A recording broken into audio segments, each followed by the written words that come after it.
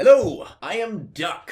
Greetings, I'm Shadow. Hi, I'm Zephyrus. And today we're going to be talking about something real fun. And what we're going to be doing is we're going to be restructuring the Green Lantern movie from 2011 and making it so it fits a lot more into the DCU, and then recreating the DCU later on. And then we'll call Ryan Reynolds up and be like, hey, you want to do this?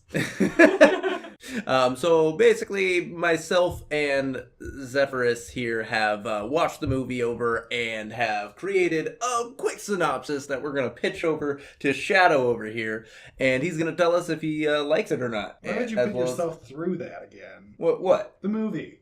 Because we wanted and to watch it. In fairness, it was so dark we really didn't see half of it anyways. Yeah, to be fair, I forgot to change my settings back to middle brightness, so it was really dark, but the movie is already dark. Which so is hilarious like, because you're looking at light constructs the entire time. That was one of our main critiques. That was of it. one Like, of our even main when critiques. They had the light constructs going on. It was so dark. Yeah, they were just like, we were watching this and we're like, there's light constructs everywhere. Why the heck is this so freaking dark? Like, it did not make any sense to us. Well, I mean, it makes sense with the way that they were trying to take DC movies. Everything's dark and gritty. Yeah, but that was before they started in that direction. Like, Green Lantern was the signaling Things flare can be dark and gritty, for but you why. can still see what's going on the screen. Except that's not what DC movies have been doing lately. No, it has not been. Okay, so do you want to read out our points and then I'll just elaborate on them for our friend here and then... Alright, so we start the movie with Eben Sur in space. He's in a moderately small spacecraft, and we see Atrocitus inside a cell in the spacecraft. And then we kind of pan out from the spacecraft into space, and we see the storm come on in and hit the ship. Yeah, like a cosmic storm. So it's Eben Sur. I think we're saying that he's talking to Sinestro at that point, going through and being like, hey, I've captured Atrocitus, that's why I have to use this ship. I'm going back to Oa to imprison him. And then we have this cosmic storm that basically wrecks his ship. And it allows Atrocitus to break free of the cell, which causes the spaceship to lose control and they crash on Earth. While they're crashing, you can see Eben Sur. As the ship is crashing, he tries to call for help. Or no, sorry, after they crash. My bad, my notes are awful. No, your notes are fine. I'm just... Yeah. After they crash land on Earth, he's beaten up, he's pretty much near dead, and he's calling for help. But he doesn't get through to anybody, and the ring goes out to go get help. Yeah, so it's trying to go find someone to help. And so he's like calling, he's like, hey, Oa or Sinestro, but that's disconnected. And he's like, I can't get anyone. Okay, Ring, I need someone to help me. Go grab someone. And then it sends off Bima Construct to go grab someone. Which then... And that... That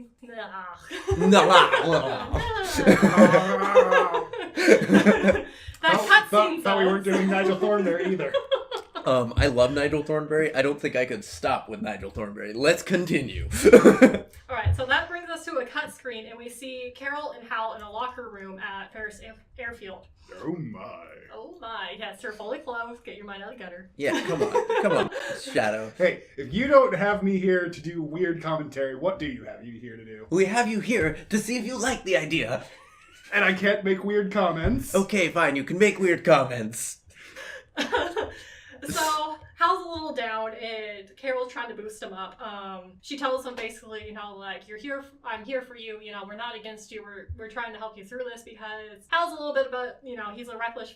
He's a reckless pilot, and he's kind of not the best pilot, because he is not one to back down, and that really causes a lot of mistakes to happen. So we see Carol more of, like, playing him up, getting him more confident, because he's just basically like, I don't think I'm going to be able to last here because of the whole mess ups I've done because of this. Well, it's pretty much his job's on the line. If he doesn't get him this contract from the military with this one, he's gone. He doesn't have a job anymore. And that, And he'll never meet Dave. Who's Dave? What? Hal, Dave. Oh, goodness. Oh, good reference there. But just completely... I heard the noise as it whizzed over our heads. Yeah, I heard the whoosh right there. I feel like right there I'm going to add a sound effect, just whoosh! I'm sorry, Dave. I'm sorry, Dave. I can't let you do that. All right, anywho. All right, so after she kind of like peps Hal up, they go on their test flight, and everything's going well. It's pretty much, we like the scene from the movie. Yeah, that's one of the best scenes, because they're working together. We think they should be working a little bit more together. Yeah, they're a little bit more antagonistic in the movie than I think they should be, so I like to see them more working together than against each other. Mm-hmm. But overall, the scene's really great. They have some really great like cinematography and stuff like that. And then the part where he goes up and is basically defeating the military drones by making it so that they stall. We'd still have that in the movie, but when his plane is stalling, instead of having it so he's panicking, having PTSD and everything, we have it so that the Green Lantern Green snatches him up and then pulls him out. So then Carol is just like, Hal, looks down, sees his plane crash, and we know he's been taken away, but she's just like, oh no. Yeah, so everybody at Ferris Airfield plus Carol think that he died. Yeah. He crashed, and that was that. Mm-hmm. And so we leave Carol and company kind of devastated. They think Hal's dead, and see the ring bring Hal to Ibn Sur. At this part, we like the darker theme. He's terrified. It's night. Yeah, so there's this green glow as the ring has set him down, and he's just like, oh, what has just happened? Mm-hmm. There's the green, sickly glow. Ibn Sur is dying. He's an alien. He's kind of beat up. And he's about to like start running away, and then he hears Ibn Sur call out for help. So then Hal is like, all right, well, I've got to go help him. Yeah, so Hal goes to the spacecraft. Ibn Sur has like only moments to live. He really doesn't tell Hal much, but he does like gift him the ring. Mm-hmm. And then he dies. And then before he can really ask about anything or, figure out what the ring does, then we see helicopters starting to come in because the military has spotted this on their radar and is starting to come after them. So he has to run away instead of like asking more questions or trying to save Ibn Sur, unfortunately. Mm-hmm. And so we see Hal leaving the scene. He's sneaking away. And then we also see a black car, very military, pull up near the spacecraft, and a man steps out, and the only thing you see as the camera starts to pan away is his name tag, which reads Lane. Yeah, which General Lane from Man of Steel later on. Mm-hmm. So you're interconnecting universes like Marvel and stuff. We're connecting it a little bit more, as well as it's not going to be something that's really said about later on. It's just going to be something that's more of like a reference, so we see him for a second, and then like he is in the movie, but we don't really mention outright that, hey, this is the same guy. Yeah, we don't hit people over the head with it. Yeah. And so as the camera pans past Lane, pulls back out, it kind of goes back around Ibn Sur's spaceship, and you see that something has burst out of the spaceship, and one of the military guys points out that something's escaped. Yeah, so it's like, I think there was something else. So then we see the carnage from the thing getting ripped apart, and then they're like, oh no. And that's the end of that scene. And we jump to Hal back in his apartment. He's calling up his friend Hector. And Hector is the villain from the original Green Lantern. If you remember, he's the secondary villain. He's the one who grows a really big head. He's supposed to be childhood friends in the other version with Carol as well as Hal Jordan, but we didn't really see that. So what we're going to do is we're going to save him for later and have it so that he actually is the best friend to Hal Jordan right now. Mm-hmm.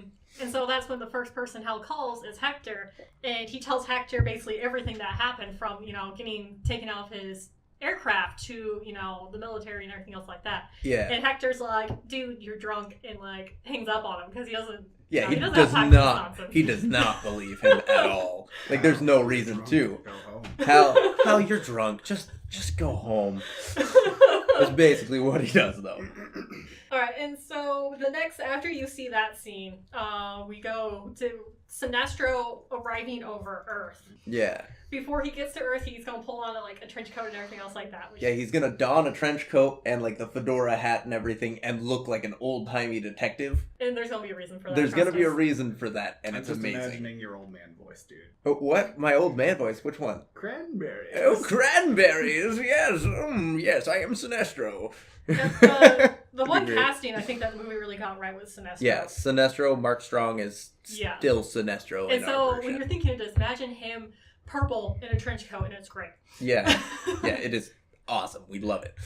And so we see Sinestro go to the crash site and kind of look over what he can because the military's still swarming all over it. Mm-hmm.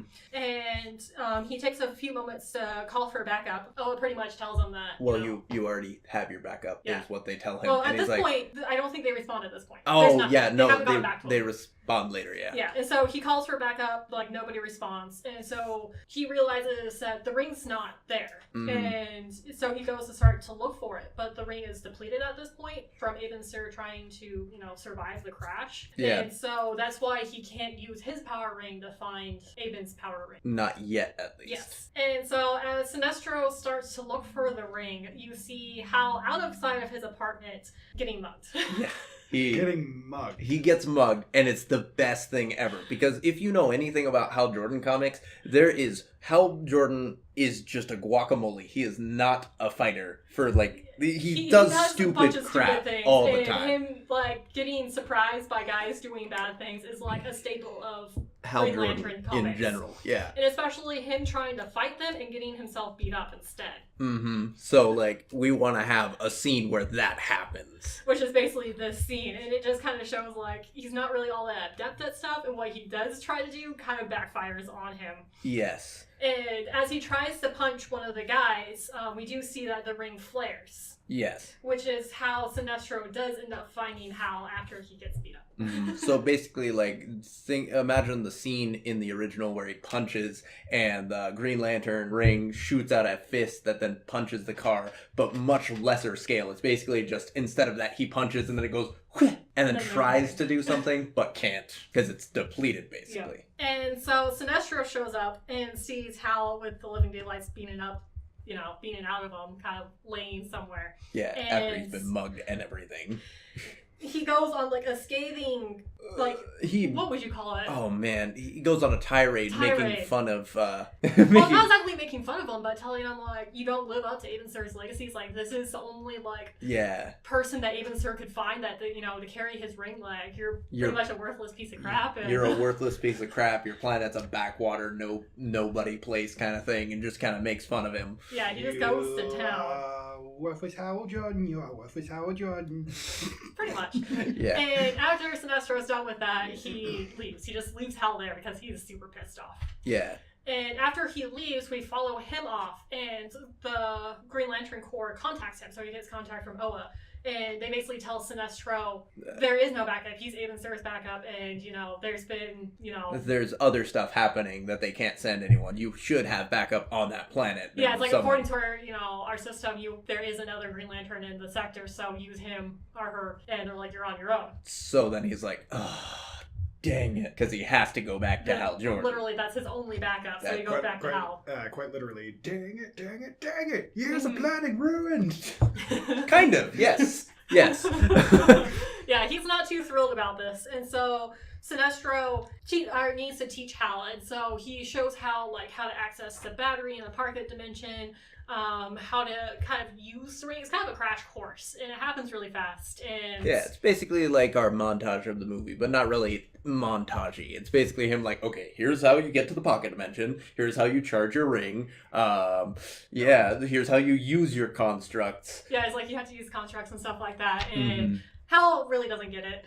And Sinestro gets kind of really annoyed with Hal, tries to, keep showing him, but Hal's not the quickest learner in the book.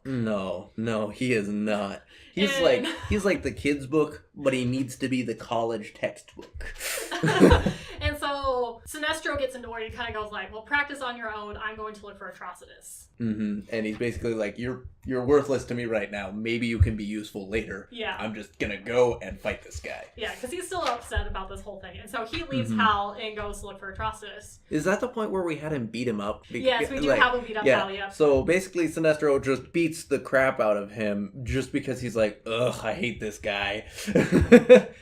So during the whole training of him, he's you're not worth it right now. I'm gonna go. Yeah, and so he leaves. At which point we take the chance to cut scene to Atrocitus, and we see him building this machine. Mm-hmm. We don't know what it is, but he's building it. Yeah, he's basically trying to put stuff together, and he's with this, I'll be able to do stuff against those darned lanterns, and just basically mumbling to himself because he's annoyed. Mm-hmm.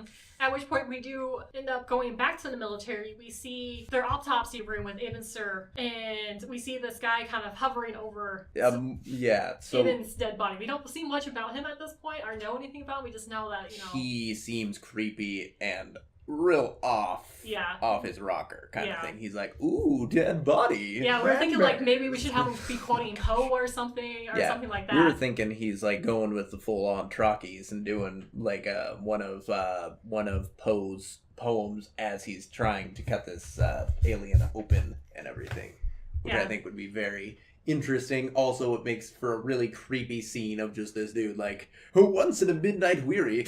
Yeah, because we do like behind the Green Lantern Corps. It's some kind of actually really creepy, terrifying stuff. There is always so, creepy, terrifying stuff. Despite the fact that the movie following Hal is pretty much a lighthearted thing, we do have these little snippets of like dark, creepy things that's more of alluding to, the darker undercore. The cosmic horror kind of stuff that we have. So yeah, and so after we see the weird, creepy autopsy guy, we go back to Hector knocking on Hal's apartment door. He goes in. It's pretty much like the scene in the movie. Hal and Hector kind of, like... Yeah, but instead of his friend, whoever he had, let's just call him Dave, that other Dave guy, it's not him, it's Hector, because we want to have Hector and him have a relationship in the first movie where they're pals and everything. Yeah, and so Hal shows off his new powers to Hector and stuff like that. And Hector mentions, so does it mean you're getting the girl now? And Hal's like, Carol, I should probably go see her. She might think I'm dead.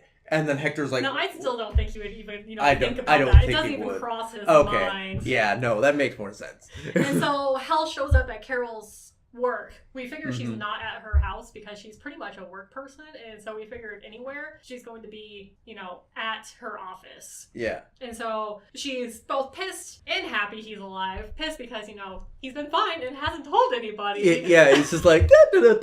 Happy I'm Hal Jordan. He's alive. And so she's kind of conflicted. Yeah. And she's also immediately able to tell that he's Hal Jordan. So he's like trying to be like, oh, it's me, the Green Lantern. And she's like, Hal? Oh, I'm so glad you're safe. Why didn't you tell me? What the hell? Just kind of angry at him. So like, that's another in-joke with the comics. There's a lot of times when in the comics, it's just like, they won't recognize me as Hal Jordan. I'm the Green Lantern. And then like the person turns, oh, hey there, Hal Jordan. And then it's just like, Green Lantern, or this one part where he's trying to sign his signature and he kept doing Green Lantern instead of Hal Jordan for 15 bazillion times, and then he turns into the bank teller. It's like, oh yeah, that's gonna totally make a difference. It's so good. It makes me laugh so hard. Yeah, so anyways, they have the whole conversation and they, resolve their differences. And then Sinestro shows up. He's not too happy that Hal's wandering off. Sinestro showed up. He's still in his trench coat. Carol, like, why are you in a trench coat? This is not a...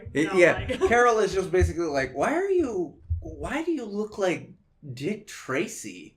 Or something like that. And then he's like, isn't this what normal people wear? Delicious. So Carol gets Sinestro, sorted out. Yeah, and makes him look a little bit more like a normal person rather than what he looks like. Yeah, and so they Sinestro didn't have any... So he pulls the Teenage Mutant Ninja Turtles. Yes. Yep. They're just all like, yeah, let's put on trench coats and hats. Nobody will notice that we're not human. Yep, that is exactly what they did. Yep. And there's a reason for it. We can't tell you yet, though. Not until we talk about the next bit. Oh, boy.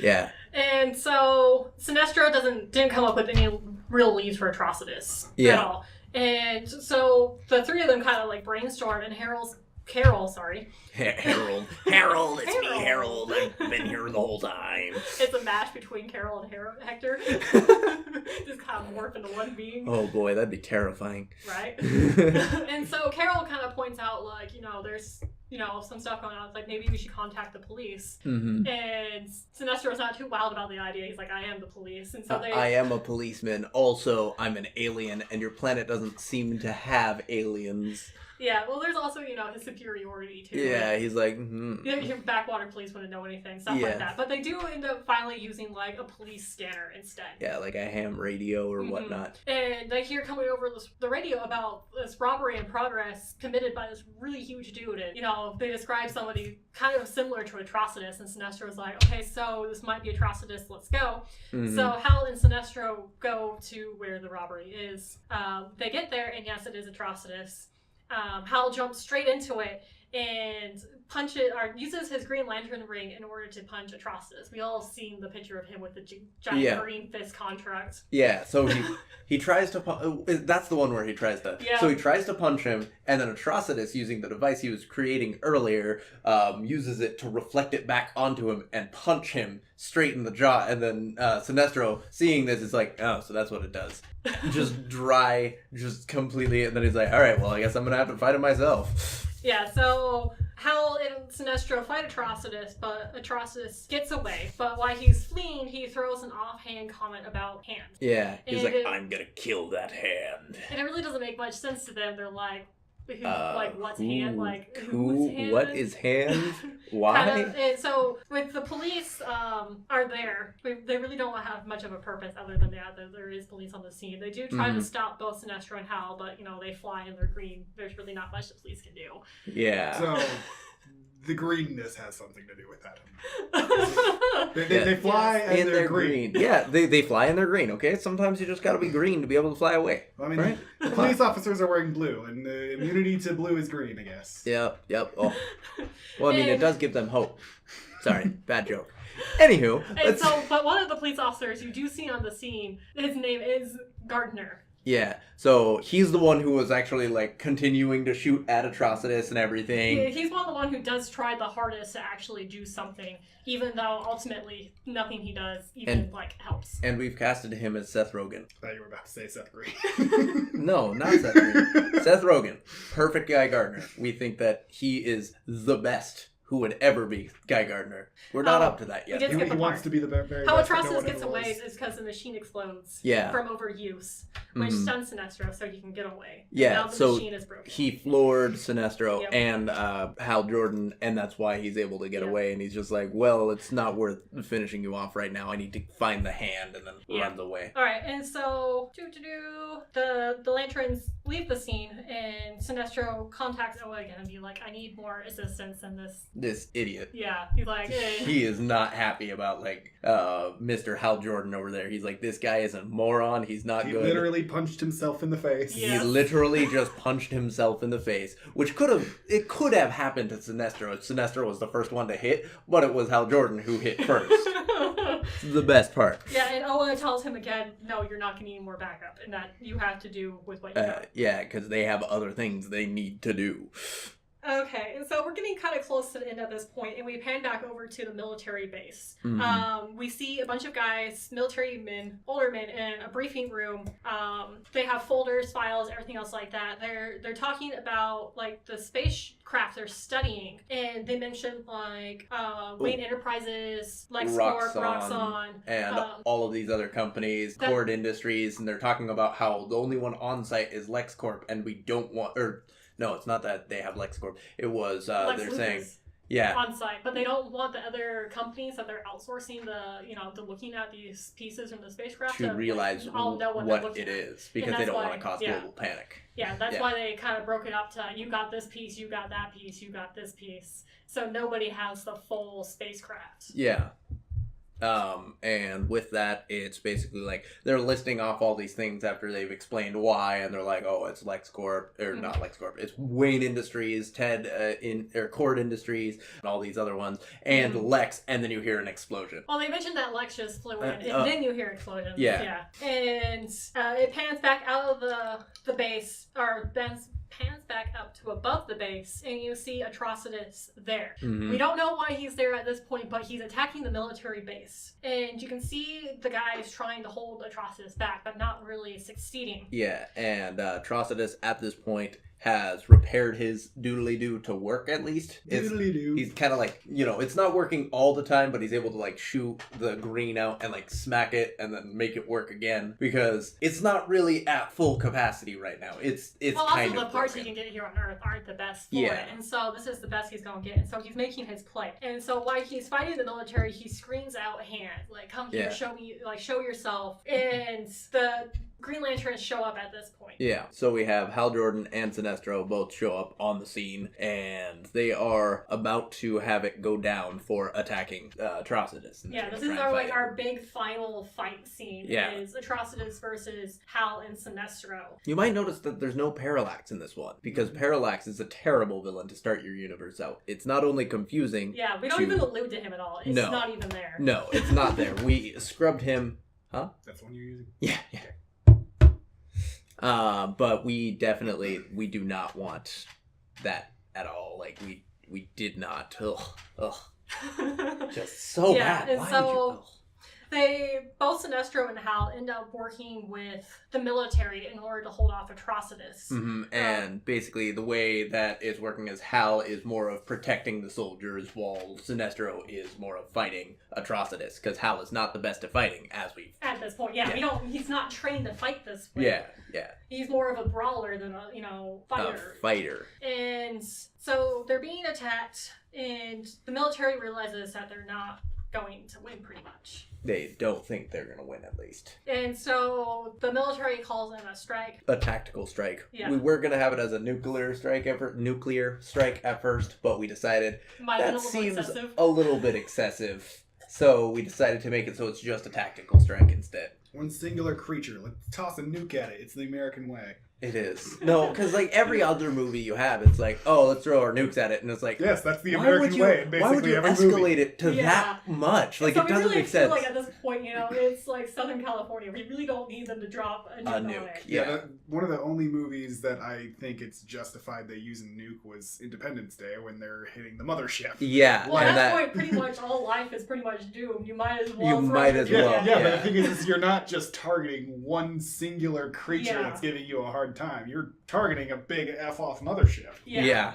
Anywho. Sure. And so the Lanterns work together in order to knock Atrocitus out of, into the strike, but keep all the military members safe and themselves and everything else like that. Yeah. So they basically are working towards getting a bubble around everyone other than Atrocitus, and then when the tactical strike hits, it hits him, finally knocking him out. Mm-hmm. And then draining both their rings for the most part, but more of Hal Jordan's ring, because Hal was the more support person. Mm-hmm. And so Sinestro picks up like Atrocitus, and he's like, "Well, let's go, Hal." And Hal's like, "Go? Go? What are you talking about?" And he's like, "You need training. You suck right now at not only fighting, but you're supposed to be a policeman for the entire universe." So... Yeah, and so, Sinestro convinces Hal that he needs to learn how to use the Green Lantern power, and that involves him leaving and going to Oa. And he really doesn't have that much of a choice right now, because his ring is basically drained, and he, to the point where he can't even get into the pocket dimension. And now that the military is no longer fighting Atrocitus, they're more of like... They're like, we need that alien right now, and then... Well, they're not exactly friends with the Green Lanterns either, and so he's kind of between a rock and a hard place. He doesn't want to be taken in by the military, but if he goes with Sinestro, he's not coming back home, who knows when. Yeah. It's kind of a hard decision for Hal, but he ends up going with Sinestro. He's basically like, I'm sorry that we can't help you, reconstruct or anything. We've got to go. Yeah, and so you see them leave, but it kind of stays with the military guys, and you see the creepy autopsy dude, who now at this point we realize is Hand, William Hand. Yeah. And you see him kind of go across the field that's been destroyed by the tactical strike and pick up something, which looks... We don't know what it is at this point. Yeah. You just want there to be something. And he leaves with it. Yeah. And then during the after credits and everything, there's something with that, but we'll get there. So what I'm hearing, ultimately, in summary, is that the original movie, you're cutting everything out, and you're like, nope, none of this is good. The beginning, we'll go with that, and then everything else, well, you guys messed up. They really did mess up. The thing with the original movie is it had a lot of potential. They tried to do too much But they tried to do too much at once and didn't have it, so they layered in the villains for later kind of thing. They had 3 villains, I think, because they had Sinestro, Parallax and Hector, and then they just kind of threw Hector to the side for Parallax, and then they destroyed Parallax, one of the strongest beings in the universe. So it's basically like, how's Hal gonna fight anything after that? Yeah. Like, there was no way that they were gonna make it so it seemed reasonable at that point, unless he was fighting, like, Larfleeze, which we don't want to go to Larfleeze. Well, we're not bringing in the other color rings quite yet, and you need the red rings in order to bring in Larfleeze. Yeah, you need the red rings for Larfleeze.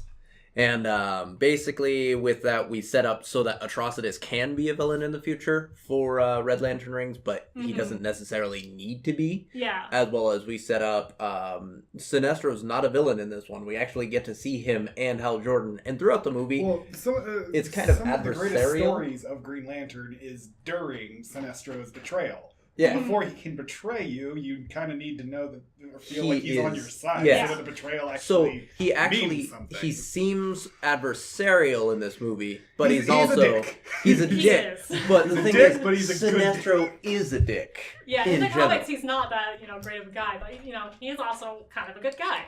And yeah, so he tries to do what he's doing for the greater good.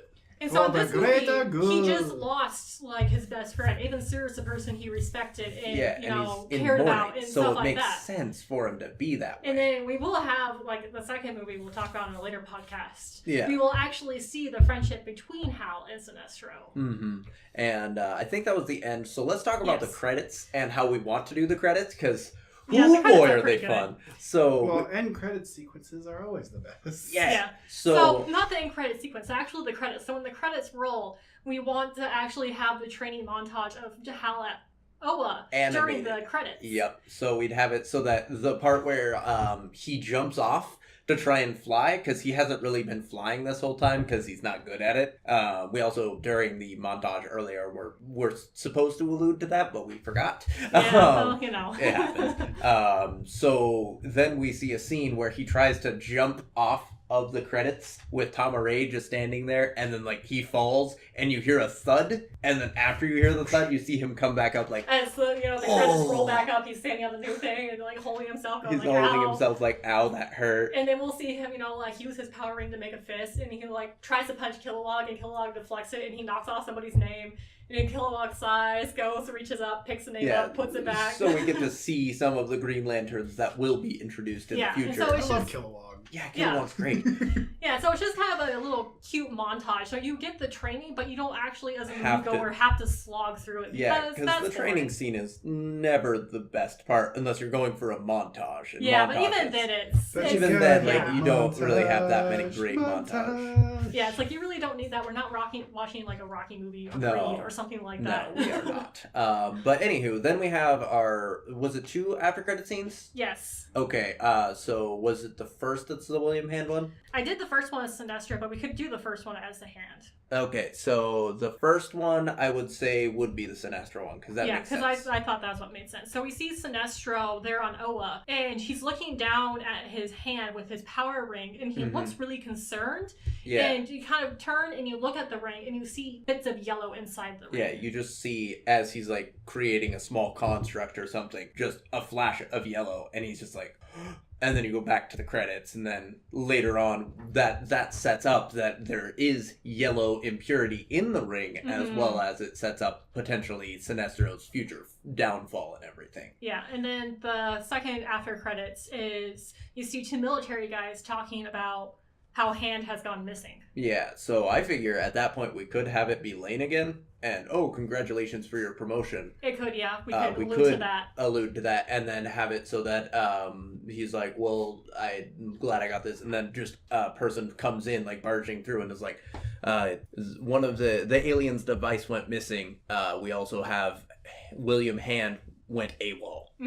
So then that alludes to future William Hand as a villain, as well as we then have Sinestro being set up in the future as a villain. We have it so Hector Hammond has been introduced in this movie as a friend to Hal Jordan, so if we have him be a villain, then that actually makes sense for it to actually kind of hurt us a little bit, tug at the heartstrings. So we're setting up multiple villains, but in such a way that they don't have a villainous capacity yet. Yeah. So that we can just use who would be good for the stories later on. Yeah. So anywho, what do you think of our proposal?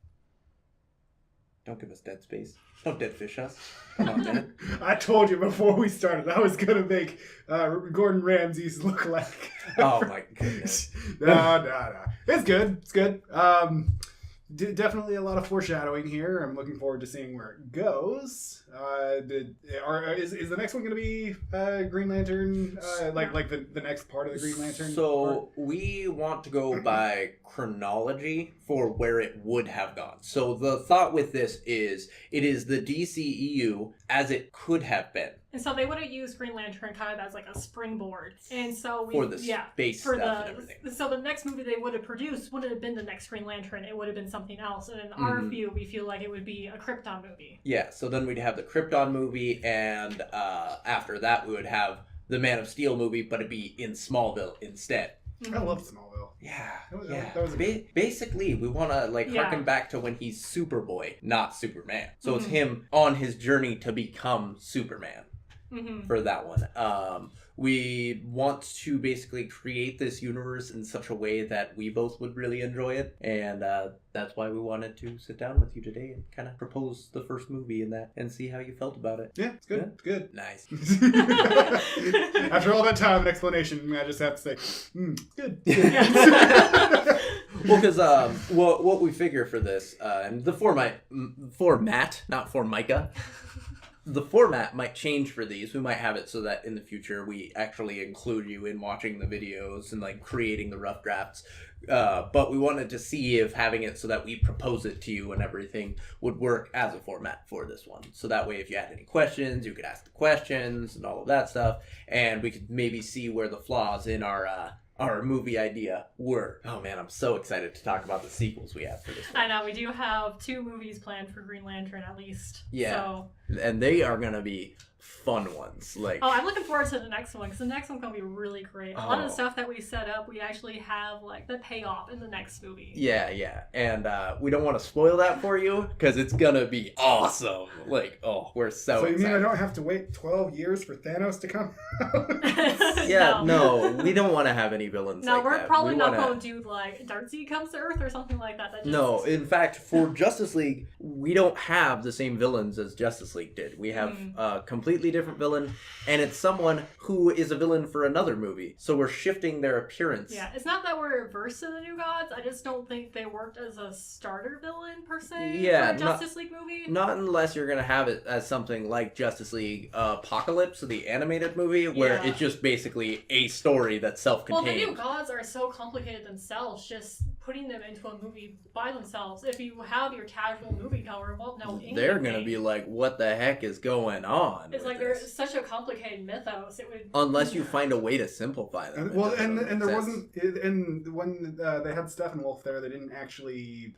allude. They didn't explain anything. At the very least, they could have had Orion come and help them out. Yeah, and he could explain shit. You know what would be great? Just the fact that when we get to Aquaman, it's gonna be like 3 changes. I haven't actually seen Aquaman yet. Okay, we just said let's all sit down and watch Aquaman together and just go, yay, it's great. Yeah, it's gonna be like Wonder Woman's gonna change a bit in the end. Aquaman is going to change a little bit in the middle somewhere. Like there's a couple of changes. Well, I think the only tweaks we would have to make to Aquaman is tweaks in order to fit Aquaman into the universe we built.